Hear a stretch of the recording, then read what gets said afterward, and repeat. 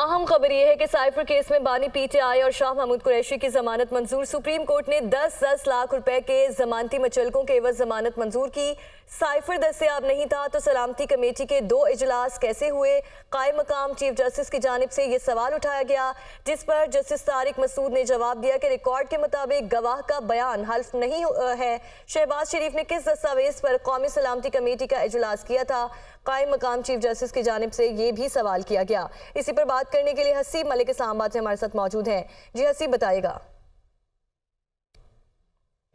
देखिए, ये cipher case था जिसके ऊपर आज कायम मकाम चीफ जस्टिस सरदार तारिक मसूद की सरबराही में 3 रुकनी बेंच ने ये समाअत की है, जिसके अंदर जस्टिस मंसूर अली शाह और जस्टिस अतर मिनल्ला शामिल थे। समाअत का आगाज़ हुआ तो बानी चेयरमैन जो थे उनके वकील सलमान सफदर अदालत में पेश हुए थे। हामिद खान भी पेश हुए थे, क्योंकि हामिद खान की जानिब से साइफर केस के अंदर फ़र्द जुर्म की कार्रवाई को चैलेंज किया हुआ था, जिसके ऊपर उनकी जानिब से इस्तदा की गई थी कि इसको तवी कर दिया जाए, निमटाया ना जाए, जिसके ऊपर अदालत ने फ़र्द जुर्म की हद तक जो कार्रवाई थी उसको मुलतवी कर दिया है। और उसके बाद जो है ज़मानत की दरख्वास्त के ऊपर बैरिस्टर सलमान सफदर की जानिब से दलाइल का आगाज़ किया गया था, और साथ साथ जो प्रोसिक्यूशन थी वो भी कमरा अदालत में मौजूद थी, और उनकी जानिब से ये पॉइंट उठाया गया था कि शाह महमूद कुरैशी की जो साइफर केस में ज़मानत की दरख्वास्त है उसके अंदर उन्हें नोटिस नहीं जारी किए गए, जिसके ऊपर अदालत की जानिब से ये रिमार्क्स दिए गए थे कि नोटिस भी जारी कर देते हैं और साथ साथ आज ही इसके ऊपर दलाइल भी सुन लेते हैं ताकि इसके ऊपर फैसला किया जा सके, जिसके ऊपर अदालत ने प्रोसिक्यूशन को नोटिस जारी कर दिए थे शाह महमूद कुरैशी की ज़मानत की दरख्वास्त के ऊपर। जिसके बाद जो है सलमान सफदर बानी चेयरमैन पीटीआई की जो है ज़मानत की दरख्वास्त के ऊपर दलाइल का आगाज़ किया गया, और उनकी जानिब से ये मौक़िफ़ इख्तियार किया गया कि जो FIR साइफर केस के अंदर दर्ज की गई थी वो 17 माह के बाद जो है वो दर्ज की गई थी, और जो FIR दर्ज की गई थी उसके अंदर बेसिक जो इल्ज़ाम था वो यही था कि जो साइफर है वो बानी चेयरमैन पीटीआई के पास है और उनकी जानिब से वो वापस नहीं किया गया। बेसिक ये पॉइंट था, और उनके साथ साथ उनकी जानिब से ये भी पॉइंट उठाया गया था कि ट्रायल बड़ी स्पीड से जो है वो किया जा रहा है। 13 गवाहान के बयानात को कलमबंद कर लिया गया है, जिसके ऊपर अदालत की जानिब से ये रिमार्क्स दिए गए कि लोग चाहते हैं कि उनका जो केस है वो जल्द अज जल्द सुना जाए और उसको वाइंड अप किया जाए। आपको इस बात पर क्यों एतराज़ है? जिसके ऊपर उनकी जानिब से सलमान सफदर की जानिब से ये पॉइंट उठाया गया कि बेसिक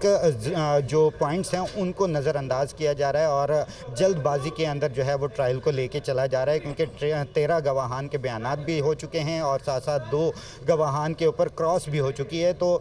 इसके ऊपर जो है उनकी जानिब से ये पॉइंट उठाया गया था। साथ साथ जो जो शाह महमूद कुरैशी के जो वकील हैं अली बुखारी, वो अदालत में पेश हुए थे और उनकी जानिब से दलाइल दिए गए और उनकी जानिब से ये मौक़िफ़ इख्तियार किया गया कि शाह महमूद कुरैशी के ऊपर जो इल्ज़ाम है वो तकरीर करने का है, जबकि उनके पास ना साइफर था ना उनके हवाले से इस तरह का कोई मामला है, और अदालत से इस्तदा है कि उनकी ज़मानत को मंजूर किया जाए। अदालत ने फ़रीक़ैन के दलाइल मुकम्मल होने के बाद साइफर केस के अंदर बानी चेयरमैन पीटीआई और शाह महमूद कुरैशी की ज़मानतें मंजूर कर ली हैं और 10-10 लाख रुपए के ज़मानती मुचलकों के एवज़ ये ज़मानत मंजूर की है। प्रोसिक्यूशन साइड से जो है जुल्फ़िकार नकवी, राजा रिजवान अब्बासी और शाह खावर अदालत में पेश हुए थे और उनकी जानिब से दलाइल दिए गए थे, और उनकी जानिब से ये मौक़िफ़ इख्तियार किया गया था कि साइफर क्योंकि एक सीक्रेट एक मामला होता है और उसको जो है बानी चेयरमैन पीटीआई की जानिब से एक पब्लिक किया गया था, जिसके ऊपर अदालत की जानिब से ये पॉइंट उठाया गया कि साइफर एक ही होता है जो कि वज़ारत ख़ारजा के पास मौजूद है। और जो सलामती कमेटी का इजलास हुआ था, अदालत की जानिब से ये पॉइंट भी उठाया गया कि शहबाज शरीफ की जानिब से जो सलामती कमेटी का इजलास हुआ था उसके अंदर जो साइफर आया था वो कौन सा था, जिसके ऊपर प्रोसिक्यूटर की जानिब से अदालत को बताया गया कि वो डिक्लासिफाइड था, वो उसको जो है कन्वर्ट करके जो है वो पेश किया गया था, जिसके ऊपर अदालत की जानिब से ये सवाल उठाया गया कि साइफर बेसिक होता क्या है, जिसके ऊपर जो है ये बताया गया कि जो साइफर है वो सिर्फ ओरिजिनल जो था वो वज़ारत ख़ारजा के पास मौजूद था। और सलमान सफदर की जानिब से एक और भी पॉइंट उठाया गया था, वो ये था कि हसीब, आप हमारे साथ ही मौजूद रहिएगा। हमें ज्वाइन किया है ब्यूरो चीफ इस्लामाबाद अदील वड़ाइश ने। अदील, साइफर केस में बानी पीटीआई और शाह महमूद कुरैशी की ज़मानत को मंजूर कर लिया है। आज साइफर केस इख्तिताम को पहुंचा, ज़मानत तो मंजूर हो गई है, लेकिन शाह महमूद कुरैशी की रिहाई कब तक मुतवक्किल है? देखिए, जो साइफर केस है, उसका जो ट्रायल है वो तो ज़ाहिर है चलता रहेगा, और जमानत से मुतल्लिक जो फैसले होते हैं, ये सुप्रीम कोर्ट ऑफ पाकिस्तान ने एक असूल वज़ा कर रखा है कि उसका मेन केस के मेरिट्स के ऊपर कोई असर नहीं पड़ता। ये मियां नवाज शरीफ से मुतल्लिक जो केस था एवन फील्ड डिपार्टमेंट का, उसके बाद ये मामला सुप्रीम कोर्ट में जब आया था तो उसमें ये तय कर दिया गया था असूल। जहां तक मामला है कि जो बानी पीटीआई है, बानी पीटीआई और शाह महमूद कुरैशी की जो रिहाई है वो कब और कैसे हो सकती है। जहां तक मामला बानी पीटीआई का है, वो 2 और जो केसेस हैं उसमें उनकी जो गिरफ्तारी है वो हो चुकी है। उनके खिलाफ एक तोशाखाना जो फौजदारी केस है, उसमें उन्हें इस्लामाबाद हाई कोर्ट से रिलीफ मिला था, वो सजा मुअत्तल हो गई थी। जबकि दूसरा केस जिसमें गिरफ्तारी थी वो साइफर केस था, जिसमें सुप्रीम कोर्ट ऑफ पाकिस्तान से उन्हें आज एक बड़ा रिलीफ मिल गया है। लेकिन जो तोशाखाना का जो मेन केस है उनके खिलाफ और उनकी अहलिया के खिलाफ, तो उस केस में और जो 190 मिलियन पाउंड का जो केस है उसमें रेफरेंसेस चूंकि दायर हो चुके हैं, तो नैब के 2 केसेस उनके खिलाफ चल रहे हैं, और उन केसेस में इस बात का इम्कान है कि उनकी मुश्किलात अभी इन्हीं दिनों में कम होती दिखाई नहीं दे रही, और वो जेल में ही रहेंगे बज़ाहिर। तो ऐसे में शाह महमूद कुरैशी जो हैं, उनके खिलाफ जो केस था वो मेन केस यही केस था। अब देखना होगा कि कोई ऐसा केस जो अभी तक मंजर आम पर अगर नहीं आ सका, क्या कोई ऐसा केस एग्जिस्ट करता है, कोई ऐसी गिरफ्तारी। हमने देखा कि इस तरह पीटीआई लीडरशिप की जो केसेस में उनको अदालत से रिलीफ भी मिलता रहा, तो उसके बाद जेल से रिहाई के फौरी बाद, चंद मिनट्स बाद ही हमने देखा कि दीगर केसेस में गिरफ्तारियां होती रहीं। तो अब ये देखना होगा कि अदालती फैसला जो है ये जब जेल हुकाम के पास पहुंचेगा, तो जेल हुकाम उसके बाद जब इस पे इकदाम उठाएंगे, क्योंकि बानी पीटीआई के हवाले से तो ऑलरेडी गिरफ्तारी है, लेकिन शाह महमूद कुरैशी के हवाले से अब देखना होगा कि इंतजामिया क्या इकदाम उठाती है। लेकिन साइफर केस में बहरहाल ये बहुत बड़ा रिलीफ है कि अदालत उज़्मा से जो जमानत है वो मंजूर कर दी गई है। ठीक है, ये बहुत बड़ा रिलीफ है। अदील वड़ाइच और हसीब मलिक हमें अपडेट कर रहे थे, आपका शुक्रिया।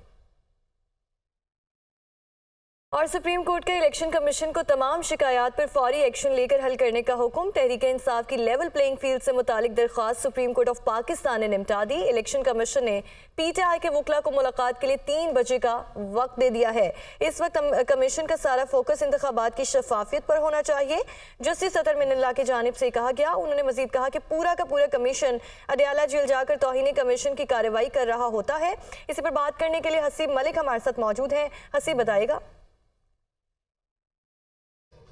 देखिए, ये लेवल प्लेइंग फील्ड के हवाले से गुज़िश्ता रोज़ चेयरमैन पीटीआई की जानिब से बैरिस्टर गौहर की जानिब से एक दरख्वास्त दायर की गई थी, और उसके अंदर मौक़िफ़ जो इख्तियार किया गया था वो यही इख्तियार किया गया था कि लेवल प्लेइंग फील्ड उन्हें भी फराहम की जाए, क्योंकि इलेक्शन का शेड्यूल भी जारी कर दिया गया है। लेकिन इसी दौरान जो है उनके जो कारकुनान हैं और उनके जो कैंडिडेट्स हैं उनको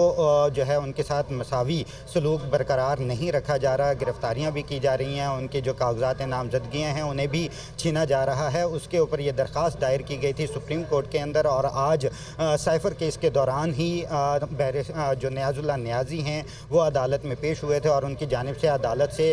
इस्तदा की गई थी कि जो उनकी लेवल प्लेइंग फील्ड के हवाले से जो दरख्वास्त है वो समाअत के लिए मुकर्रर की जाए, जिसके ऊपर कायम मकाम चीफ जस्टिस सरदार तारिक मसूद की जानिब से दरख्वास्त को समाअत के लिए मुकर्रर किया गया, और बाकायदा तौर पर 3 रुकनी बेंच जो कि जस्टिस मंसूर अली शाह और जस्टिस अतर मिनल्ला पर मुश्तमिल था, उन्होंने दरख्वास्त के ऊपर समाअत भी की। समाअत का आगाज़ हुआ तो अदालत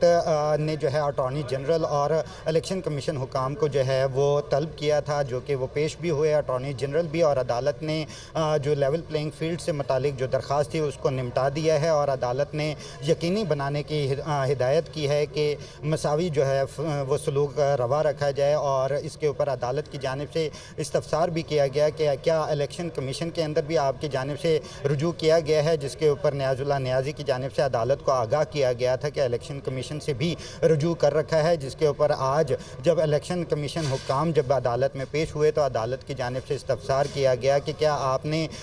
इनकी दरख्वास्त के ऊपर कोई जो है स्टेप लिया है, जिसके ऊपर इलेक्शन कमीशन की जानिब से ये कहा गया था कि न सिर्फ जो है इसको कोशिश की जाएगी कि तमाम तर जो मामलात हैं उनको हैंडल भी किया जाएगा और अदालत ने तमाम तर मामलात को हैंडल किया जाएगा। हसीब मलिक इस्लामाबाद से हमें अपडेट कर रहे थे, आपका शुक्रिया।